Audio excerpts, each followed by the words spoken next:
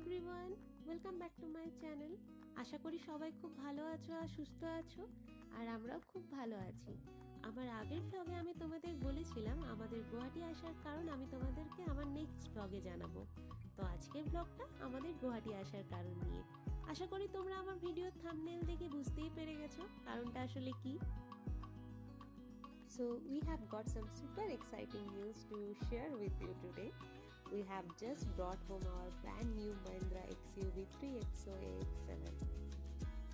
After a lots of research, this beauty stood out and we could not be happier with our choice. This car is packed with impressive technology, comfort and safety elements that make it a real game changer.